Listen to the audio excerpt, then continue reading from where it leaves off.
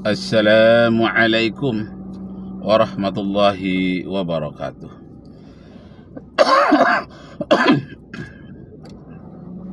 Ikut berduka cita atas kepergian Ustadz Abdul Qadir Jawas. Assalamualaikum warahmatullahi wabarakatuh. Nazkurullaha syukran katsira bi qiraatil hamdalah ala hidayatihi wa taufiqihi allati nahnu na'isu biha wa nusalli wa nusallimu ala sayyidina Muhammadin ala juhdihi wa bazlihi litablighi syara'i'illah hidayatan lana. Amma ba'du, askurukum syukran jazila ala masya'idatukum bil huduri fi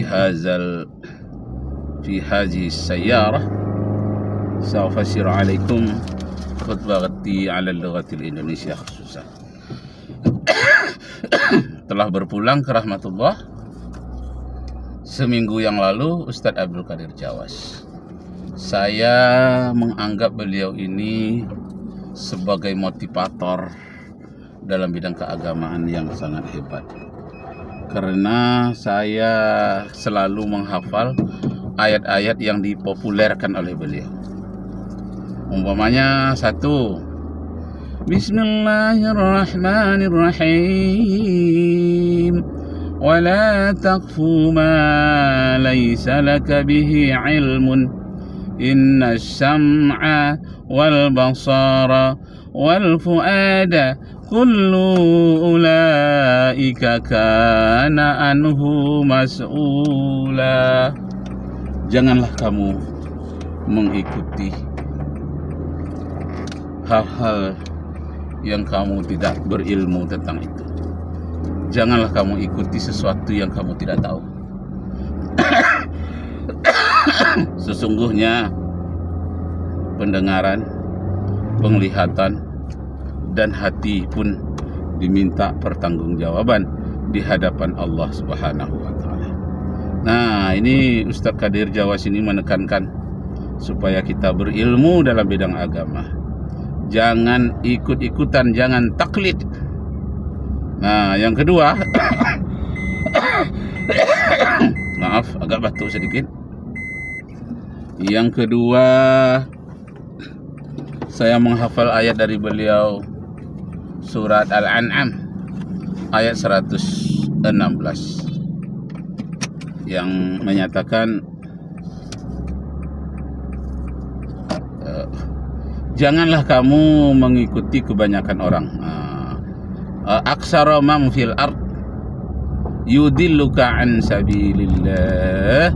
Kalau kamu ikut-ikutan dengan orang kebanyakan, maka kamu akan tersesat dari jalan Allah. Nah, beliau sangat lancar sekali membaca ayat ini,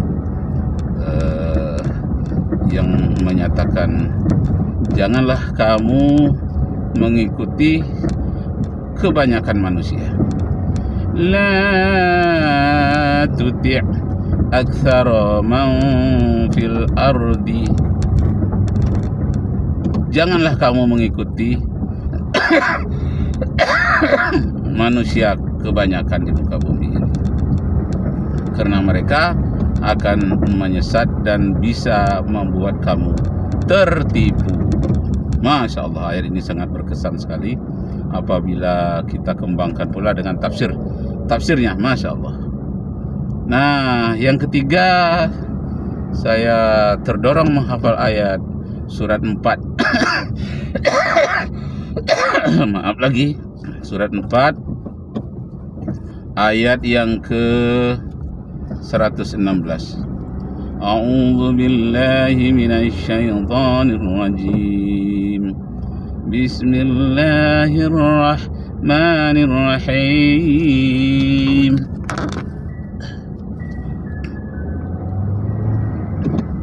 وَمَنْ يُشَاكِكِ الرَّسُولَ مِنْ بَعْدِ مَا تَبَيَّنَ لَهُ الْهُدَى وَيَتَّبِعْ غَيْرَ سَبِيلِ الْمُؤْمِنِينَ نُوَلِّهِ مَا تَوَلَّى wa nuslihi jahannam wa sa'at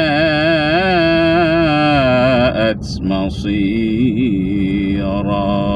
Nah, surat An-Nisa ayat 115 ini menyatakan, tahukah kamu siapakah orang yang menentang Rasulnya padahal dia sudah mendapatkan hidayah dari Allah Subhanahu wa Ta'ala, dan mereka memohon perlindungan, tapi mereka mohon perlindungan kepada selain dari Allah. Masya Allah. Nah, mereka itu telah memilih jalan yang jelek. Wasa'at masira, padahal dia telah mendapat petunjuk dari Allah, sudah Islam dia, akan tetapi dia mohon perlindungan kepada selain Allah. Itulah yang disebut dengan sa'at masira, itulah tempat yang paling jelek. Dia mendapatkan jahannam. Nuwallihi ma tawalla wa nuslihi jahannam wa sa'at masira. Mereka mendapatkan neraka jahannam, sedangkan neraka jahannam itu adalah sejelek-jelek tempat kembali. Maaf lagi, habis pilek. Nah, itulah kenang-kenangan dari Ustadz Yazid Jawas tentang hafalan ayat Al-Quran yang ayat itu sebelumnya kurang akrab di telinga saya, tapi setelah beliau mengomandangkan ayat ini, mengulang-ulang ayat ini, akhirnya ayat ini saya hafal dan sangat akrab di telinga saya sampai hari ini. Allahu Akbar, Allahu Akbar, Allahu Akbar, La ilaha illallah, Wallahu Akbar, Allahu Akbar, walillahil hamd.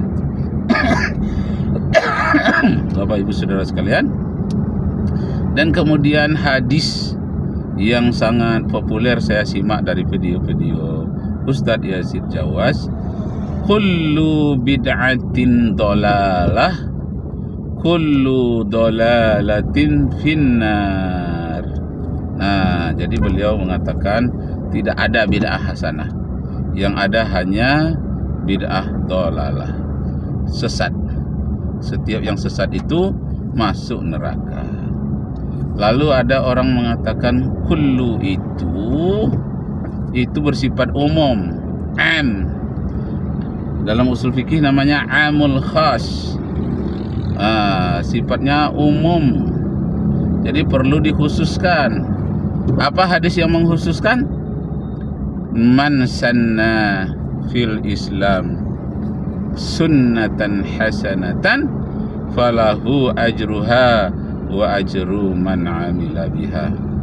Siapa saja yang menciptakan sesuatu yang baru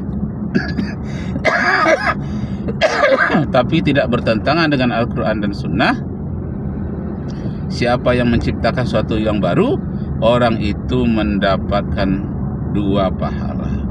Pertama, pahala dia dari menciptakan yang baru tapi baik, dan yang kedua dia dapat pahala dari orang yang mengikuti sesudahnya dengan tidak mengurangi pahala pengikutnya sedikit pun.